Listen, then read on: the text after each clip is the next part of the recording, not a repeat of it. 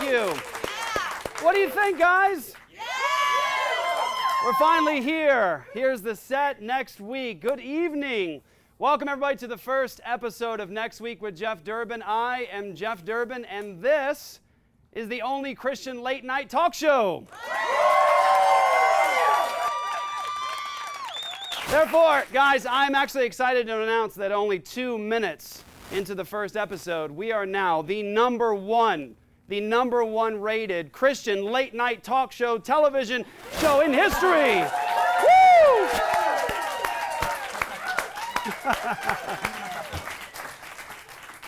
All right, guys. Thank you. Couldn't have done it without you guys. And, of course, the lack of Christian entertainment. Yeah.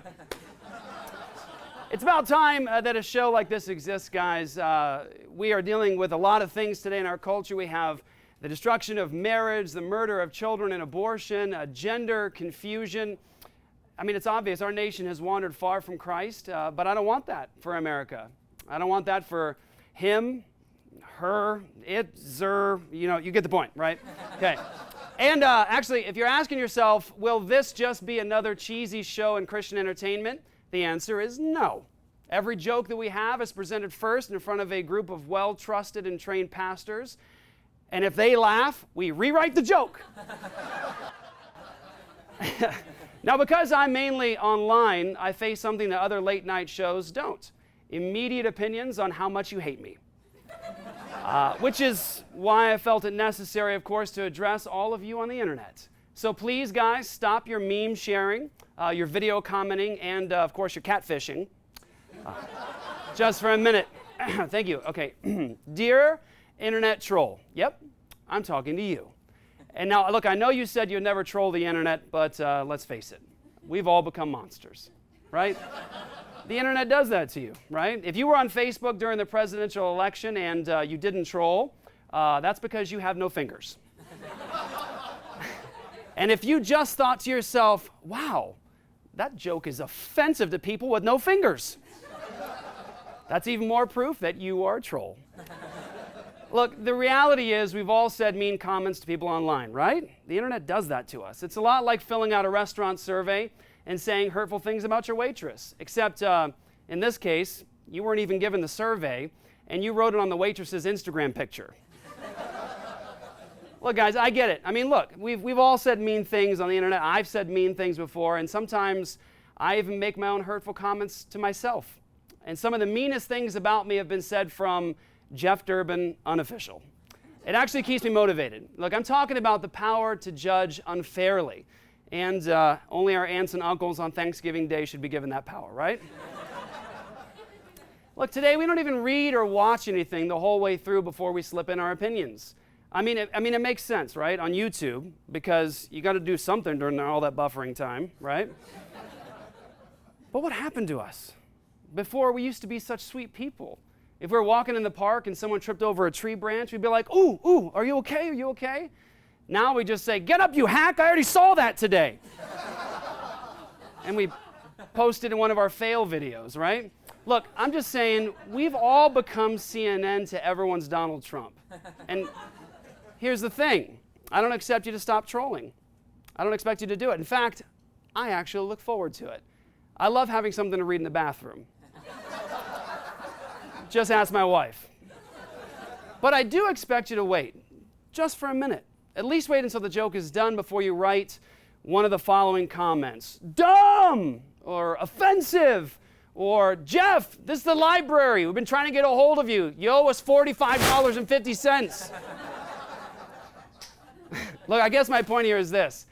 I got 30 minutes, and that should give you guys enough time to read the Bible about taking the plank out of your own eye first. Sincerely, Jeff Durbin, unofficial. All right, guys, you want to do some news? Let's do some news, right?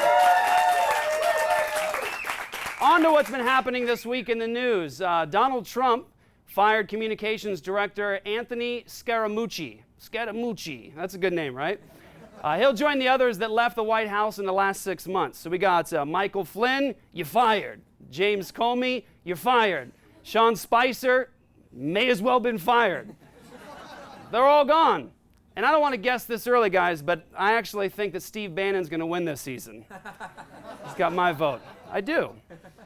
One of the things that may have got him fired was his crude language towards others in a White House interview, and this was actually on the record. It really was. In fact, guys, we actually called him for a response. And in this case, I actually think that he's sorry.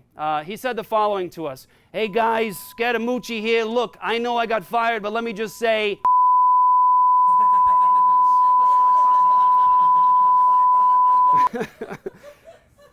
Last week, President Trump announced via Twitter, actually, that he is reinstating the ban on transgenders in the military.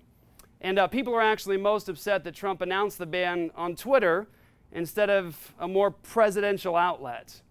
Look, guys, we got Trump now. There are no presidential outlets.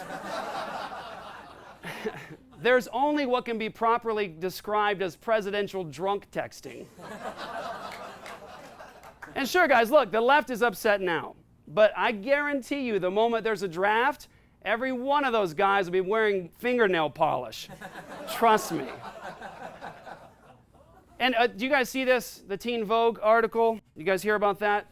Parents are outraged over a Teen Vogue article that teaches teenagers how to, and this is a Christian show, but I'm going to say it because it's in the Bible, how to engage in sodomy. And trust me, this one was easy to find the butt of the joke. It was. Now, look, guys, I am personally shocked that Teen Vogue would do something like this. I mean, look, I look up to them so much. I mean, I can see why everyone's so shocked, though. I mean, they're known for writing much more intelligent and esteemed articles. In fact, I was just reading the How Streaking at Summer Camp Helped Me to Love My Body column. And when asked how teenagers felt about this alarming article, teens across America answered, what are magazines, bro? And you know, when I was a teenager, some of you guys know what I'm talking about, articles like this didn't even exist. They really didn't. Things have changed a lot. I mean, most of our columns were about how to drive, right? Basically, we were taught how to not rear end someone. You're welcome, Teen Vogue. All right, guys, we got a great show for you guys this week. We will be right back after this break, right here on Next Week with Jeff Durbin. Thank you, guys. Hey guys, how's it going? I am Chris Wineland, and I am so excited to talk to you guys about Apologia All Access. We're gonna get full episodes, after shows, maybe me doing some crazy stuff. Who knows? I think I learned how to do it. I learned how to hit the record button, put it in, they don't even know. I come here at night and do it, so it's gonna be great. It'll be on there. And you're also gonna get Apologia Academy, and you do not wanna miss any of those things. I'm telling you, it's amazing. Not only that, but we've got a brand new website coming up, Apologia All Access website, and it's going to be fantastic. I've already heard people talking about it, and it looks amazing. You have to join Apologia All Access. You do not want to miss that. Welcome back. Welcome back to Next Week, guys. Here we go. Just like us, a lot of you guys, you love your coffee, right? Everyone drink coffee? Otherwise known as Christian crack, right? Right? So we wanted to share with you guys some of the great blends that we use right here at Apologia Studios. So we have a blend of the week. Every week we'll share with you guys what we like to drink, and this week's blend is called Militant Atheists.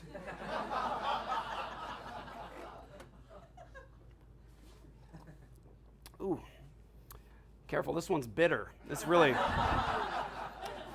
bitter. Speaking of bitter, guys, I actually had something happen to me recently, a couple of months ago. The New York Post released a video calling me an anti-abortionist hipster. A hipster. Like the people that wear beanies and do things before they're cool, right? And the only way that title relates to me is that me trying to save babies still isn't cool. In fact, the whole video wasn't even focused on my stance for pro-life. It was only focused on me being a hipster. Listen, New York Post, I'm okay with you calling me an anti-abortionist because I'm against abortion, the murder of children, absolutely. But why you gotta go and call me a hipster? Why you gotta bring skinny jeans into this? It's got nothing to do with the actual argument. I mean, this just sounds like you have a crush on me. And you're just too awkward to say it, so you trolled me. And to that, thank you. Seriously. The New York Post had 3 main accusations about me. Number 1, I look like I could be your barista. And number 2, I look like an everyday millennial. And number 3, my church family gives their kids hipster names. Problem is, none of these claims are even remotely true. They're as legitimate as saying almond milk is actual milk. But almonds have nothing in common with a cow. You ever try cow tipping? That's fun. You ever go almond tipping? You can't even tell which side is the bottom. And aside from that, there's no place on an almond to milk. Trust me, I looked. Let's do this, guys. Call to order. First accusation was that they said that I could be your local barista. But I couldn't be your local barista because unlike Starbucks, I don't try hard enough to mispronounce someone's name. If that were the case, I wouldn't have called them the New York Post just now. I would have called them something more impressive, like Actual News. Or I'd give them a name like Grant. And Grant just sounds like a more reliable source, doesn't it? Right? Like, hey, I heard this thing about you from the New York Post. Meh, right? No.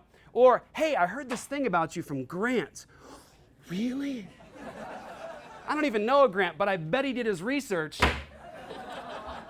They also said that I was an everyday millennial, and the only problem is I am not a millennial, and I will gladly listen to my Walkman to prove the point.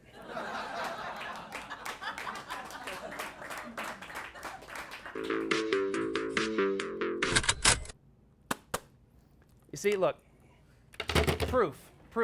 You can tell that I'm not a millennial because my technology just broke and I didn't call my daddy to buy me a new one. And lastly, the New York Post said that my church family gives all their kids hipster names. Now, we can argue all day long as to whether Mackenzie is actually a hipster name, but I would say that it's not. I once knew a lunch lady named Mackenzie, and the only thing hipster about her was that, like most hipsters, there was no meat in the food that she made. And this is actually the problem with mainstream media. They manufacture articles by the minute without even checking their facts. Now listen, media, why don't we stop being lazy and stop lying?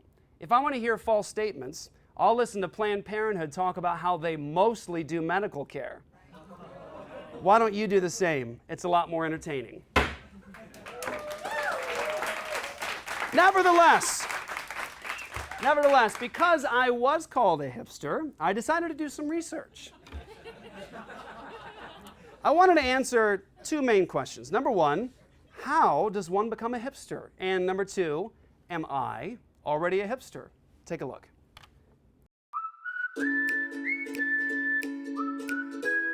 I'm on a hunt to find hipsters and ask them questions. So I decided to start with the most hipster place that I know of, Starbucks. No, hold on, bro. From another Mo, I got that for you. Just one hipster helping out another hipster. I got it. You're good. After 20 minutes of holding the door, I realized these weren't the type of hipsters I was looking for.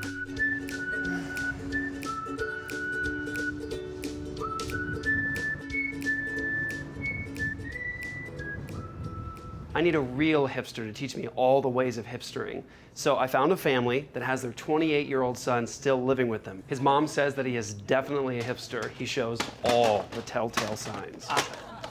All the newest video games. Skinny jeans! Probably the skinniest I have ever seen. Look at that. He's been sleeping all day. It's 3 p.m. right now. He hasn't moved a muscle. I've been here for over an hour.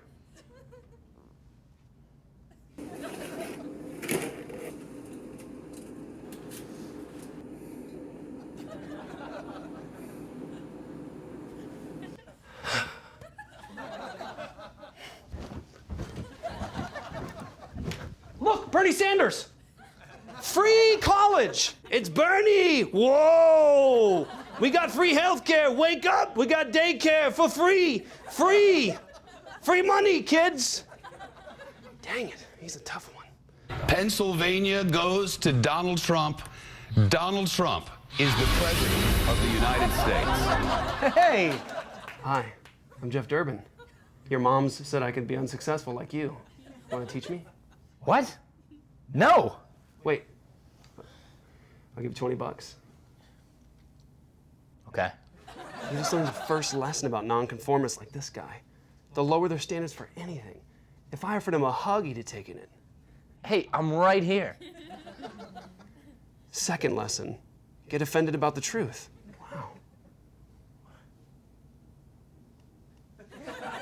Hey, I got you the typical hipster breakfast, Panda Puffs, Red Bull, and I hear you people don't usually take what we call showers, so I got you a hipster shower. You spray yourself off with Axe for about 10 minutes. I'll be back. That's gluten-free, by the way.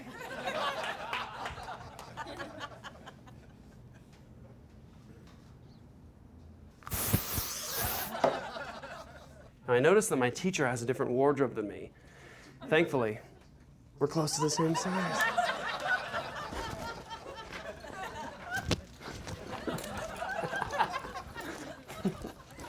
Yeah. That's not my sweater. I don't own a choker. That's a purse. You just walked out of my sister's closet. You almost got me good. Good. Hipster humor. We're about to go to the most hipster place this guy knows, a coffee shop.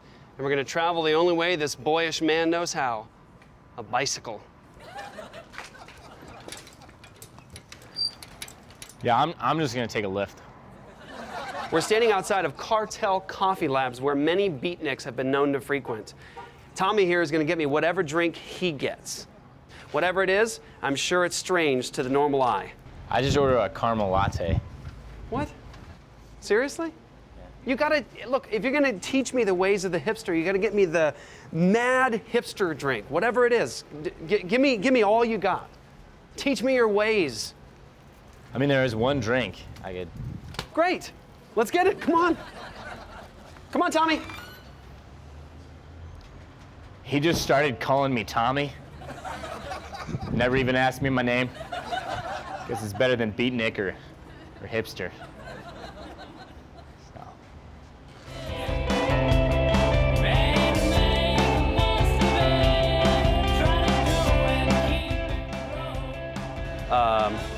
What's that? That's your drink. That's 3 drinks. It's called a 1-in-1. There should be 2 drinks then.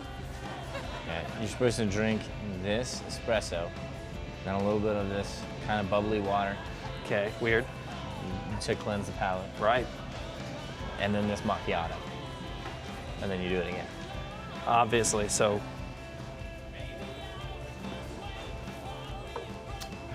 You weren't supposed to drink all of it though, just a sip. You're still drinking all of it, you're not. That was supposed to there you take. go, Chief. Whoa. It's bitter. Yeah, you were never supposed to drink it that fast. That's supposed to take time. How long? I've seen it like a half an hour. Is this gonna hurt me? I have no idea. You drink this? No, I don't. I've never had that. I just watch people drink it. Tommy surprised me. He was the most hipster guy I'd ever met, and yet he wouldn't even try the drink of his people. Which had me thinking, nobody calls themselves hipsters. They only get called a hipster. What if there are no hipsters? What if anybody can be called a hipster? Because hipsters don't actually exist. If that's the case, then none of us are hipsters, and all of us are hipsters at the same time.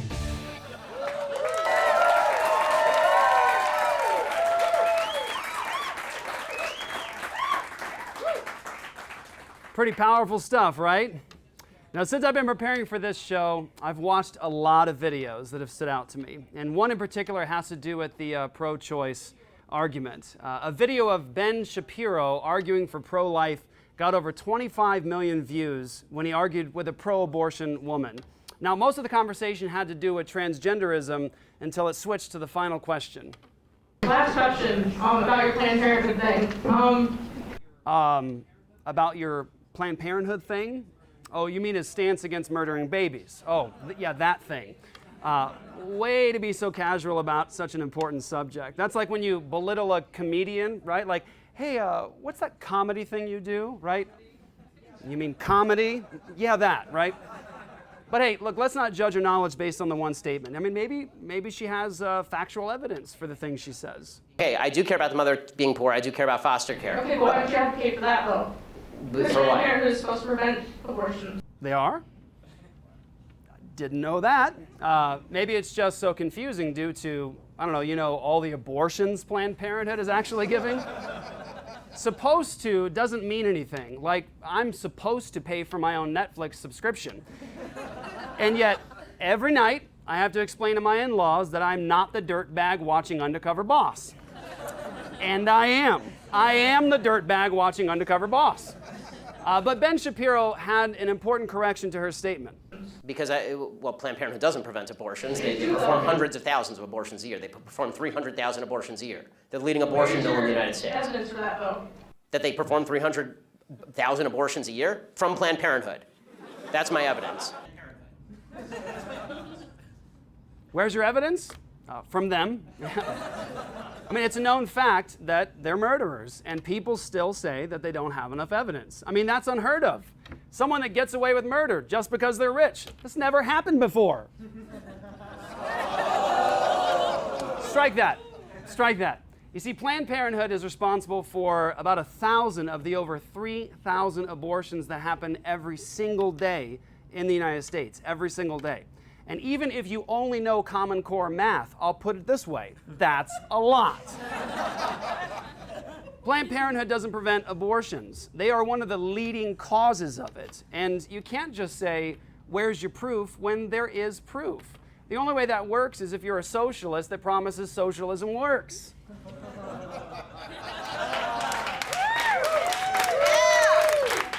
Look, even if her statements were factual, which they're not, she has already lost the argument. Look at this man. Look at this man. Anybody that's this intimidating with these caterpillar eyebrows has to know what he's talking about. I mean, look at him. He's got 2 windshield wipers above his eyes, and he doesn't even use it. The guy doesn't even blink. The only people in America who provide affordable birth control. You can go get a pack of condoms down at the local CVS for $12.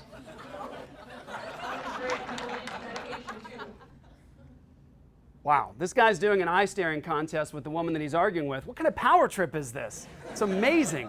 I mean, he's in 2 competitions at the very same time. I mean, how much Visine does it take to actually do that? How much did he take before he got up there? And then look at this. Look at the woman. Now, Mama always said, you can tell the truth about somebody by peering into the windows of their soul. But this woman won't even let us look.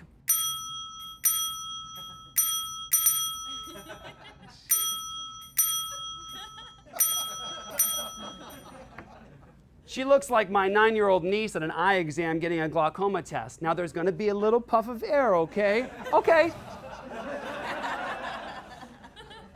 We'll be right back, guys, with our first guest, Marcus Pitman, the creator of the film Babies Are Murdered Here. Stay with us right here on Next Week.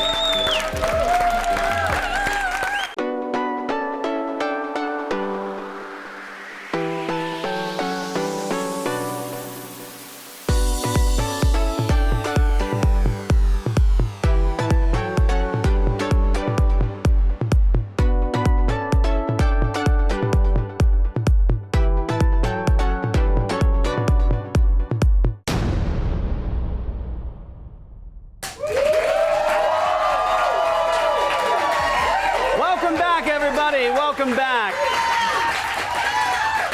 Our first guest on Next Week is the executive producer and director at Apologia Studios. He's also the creator of the film Babies Are Murdered Here. It's a film that started a nationwide movement where Christians were going out to abortion clinics, saving lives, preaching the gospel, helping men and women. It's actually a film that caused Planned Parenthood to engage in a national campaign. The film Babies Are Murdered Here had a response from Planned Parenthood nationwide at their clinics. Healthcare happens here. Please welcome to next week, Marcus Pitman. Welcome, brother. All right. You know, I have to say, whoever produces this show is really good, because I'm a hard get. You are? Yeah, because I'm busy during this time. Yeah, he's usually busy. Yeah. That's right. That's right. So, Marcus, we met. It's been years now when we first made contact with each other. You're making amazing quality things, and it was the film Babies Are Murdered Here that actually was one of the catalysts to get Apologia Church involved in ministry outside of abortion mills. Close to 100 babies saved just from Apologia Church since that time. Hundreds, if not thousands now nationwide through the ministry. So tell us about Babies Are Murdered Here, your vision for that project. How did it start? I just needed something to work on. Okay. So, no, what happened was I was actually flown out to John Speed's church in New York. Okay. Because they wanted me to film a video for their church, but they made the mistake of getting the plane ticket Sunday at 8 a.m. instead of Sunday at 8 p.m. So I wasn't able to film their church service. So we decided we needed to film something else. So we went to the abortion clinic, and the night before we went to the abortion clinic, this guy named Robert Gray, he went to the dollar store and he got a $1 piece of foam core and a $1 pack, 2-pack of 1 red, 1 black markers, and he made this sign that said "Babies Are Murdered Here," and I was like, it just really struck me. I didn't know why. It just did. Yeah. And when he was holding it up at the abortion clinic the next day, I was like, man, there's a movie here. And so we made a trailer out of that trip, and we only raised like maybe less than $5,000. And I just took all the money and just traveled where I could. And just from the trailer, there wasn't even a movie. From the trailer, people started putting these signs that said "Babies Are Murdered Here" out at every single clinic, like all across the country. Yeah. And so the movie became about the movement of people, just the importance of using the word murder and the impact that it has when fighting abortion. Well, why is that important, though? Because we talk about the issue, people talk about the pro-life movement since Roe versus Wade. We have a basic understanding of what it means to be pro-life, at least from a political perspective in terms of what people vote for. But you chose to highlight the word murder. Why is that important in this movement? Because the pro-life movement doesn't use that word.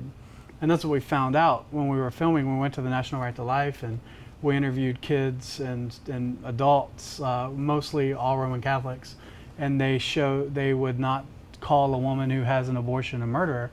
And it was shocking because it's like, well, why are you fighting to outlaw something that you don't think is a crime? Right.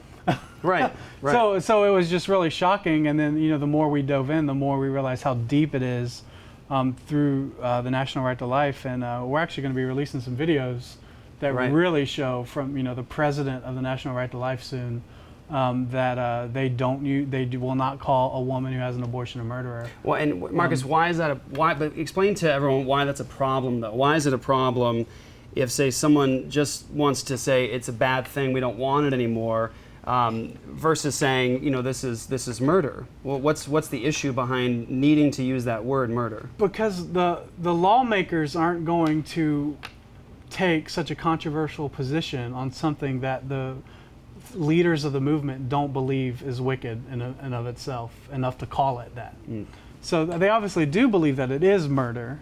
They do with the abortionists. With the abortionists, but they will not say that the woman who has an abortion tomorrow, when she has an abortion, she's committed murder. Now, if she hasn't committed murder and is the abortionist, then what she's doing is illegal and we shouldn't fight for it. It doesn't make any sense.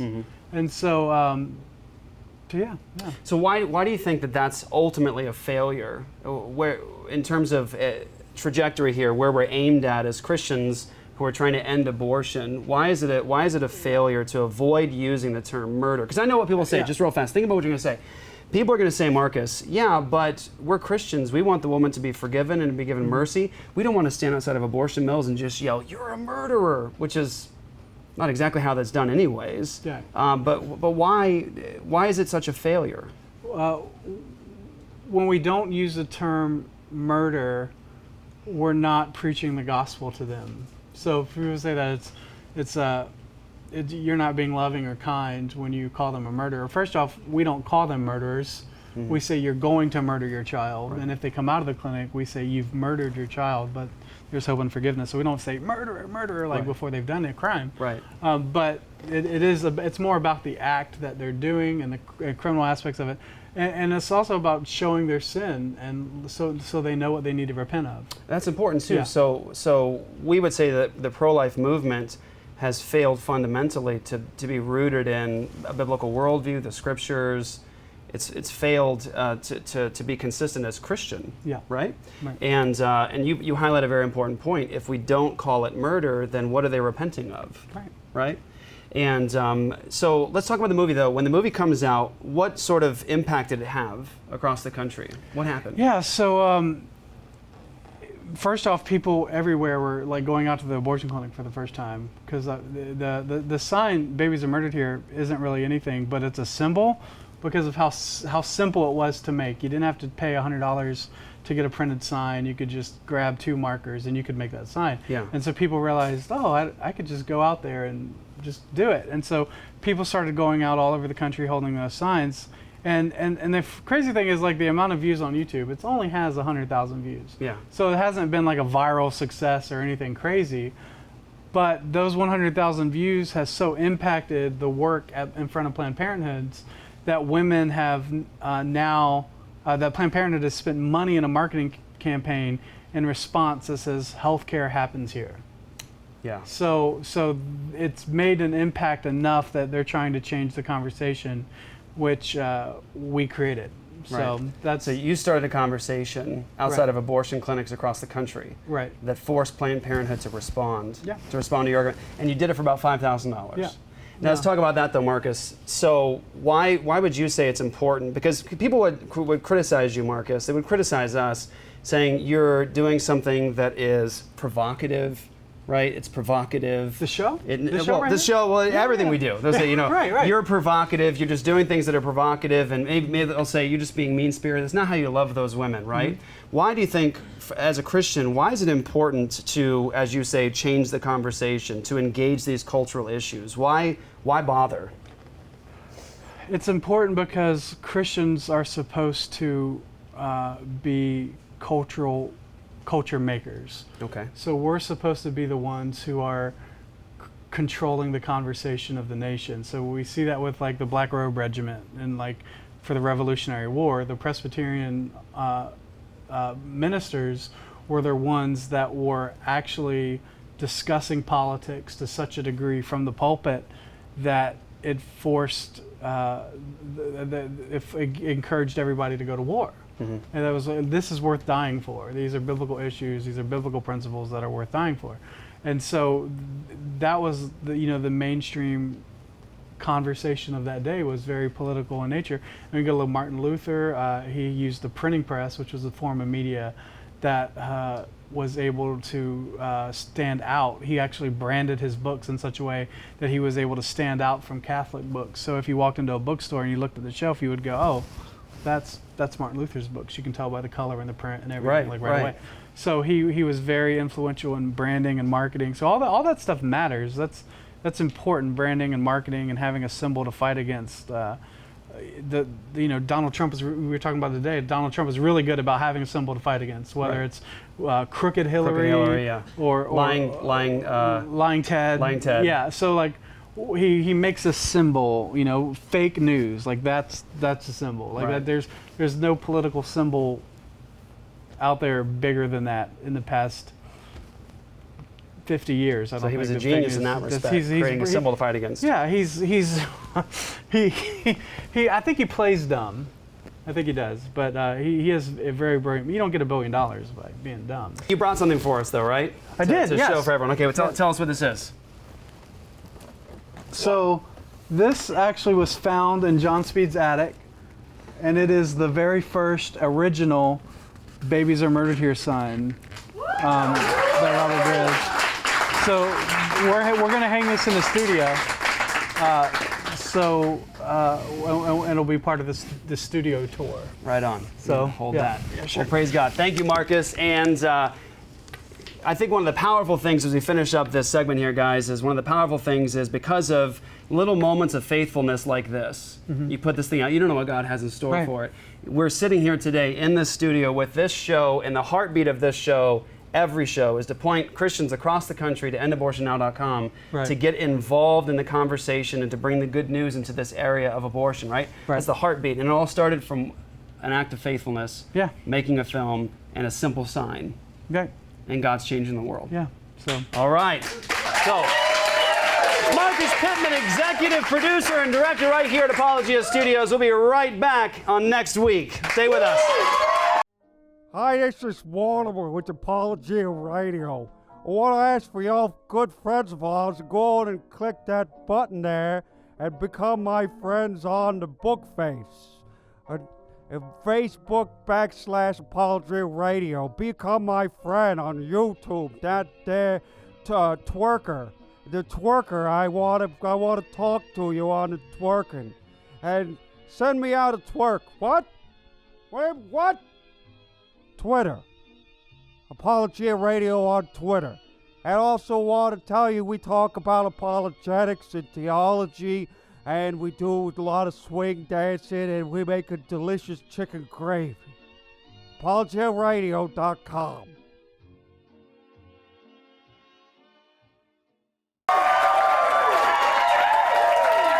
Thank you, everybody. I have to say, this is by far the best studio audience we've ever had right here on Next Week, guys. Amazing. So welcome back, everybody. And before we actually end the show, I'd like to take a minute and read some of the mean comments that we've gotten from the web in the past, from trolls in the past. You guys ever seen some of these?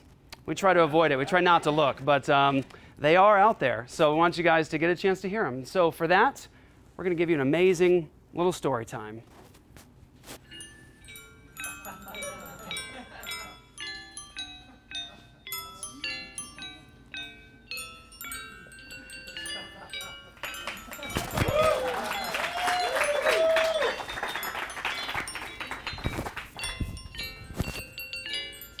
Beautiful day for you all to judge. Won't you be mine? Won't you be mine? Oh, won't you hate your neighbor? Oh. Welcome, kids. How are you guys today? I see you on them internets. Isn't the internet fun? I think it's fun. We're going to read you a story right now, a good night story. Oh, hi. Thank you, Sock. Tonight's bedtime story is Good Night Goon. Good night, Goon. Good night, June. Good night, flat earthers who don't believe there's been a man on the moon. Good night, lazy. Good night, crazy. Good night, Esparza Daisy, who typed, "Leave the holy pants to the people who love the world's dress codes, you worldly man. You need to get saved. Da." Good night, Last Resort. Good night, Water Sports. Good night, Angela Valancourt, who wrote, "Stop buying bottled water. Grr." The 1% controls you blind buyers. Also, bottled water on your pulpit, polluters on our earth, Pacific Ocean. Sheeple, stop now.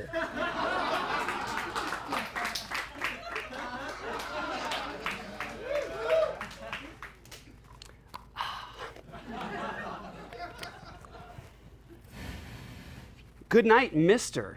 Good night, Miss. Good night, Astral Bliss, who said, "I wonder if Jeff is a vegetarian. All this pro-life talk would have you believe so. If not, he's surely living a fallacious lie." Good night, church. Good night, steeple. Good night, man who said, "What I want to do is I want to bleeping kill all the leakers, and I want to get the president's agenda on track so we can succeed for the American people." Oh, wait. That was Communications Director Anthony Scaramucci. Sorry. And good night, cattleman. Good night, abdomen. Good night, Herbert Hamilton, who said, "LOL, Them dirty inbreed, pale-faced, diseased, ghost skin, wet dog devil is nothing monkey boy eating booty crackers, LOL. They losers. Good night, social media users. All right, fantastic. So that was the first episode of Next Week. How'd you like it, guys?